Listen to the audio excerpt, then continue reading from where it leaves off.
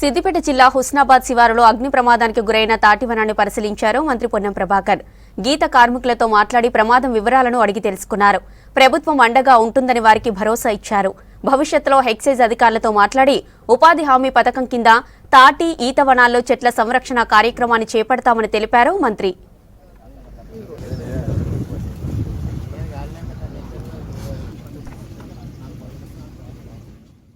ఎవరైనా కుట్రపూరితంగా చేసిరా, మొత్తానికి మాత్రం చెట్లు కాలిపోయినాయి. ఈ అంశం మీద ఇప్పటికే ఎక్సైజ్ అధికారుల దృష్టికి, పోలీసుల దృష్టికి వాళ్ళు కూడా తీసుకెళ్లినారు. నేను కూడా చెప్పడం జరిగింది.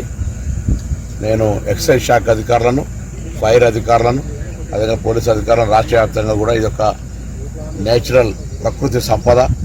ఎండాకాలంలో ఇవి కూడా ప్రకృతి పరంగా ఎక్కడ కూడా అగ్నికి గురి కాకుండా ఉండే విధంగా చర్యలు తీసుకోవాల్సిన అవసరం ఉంది.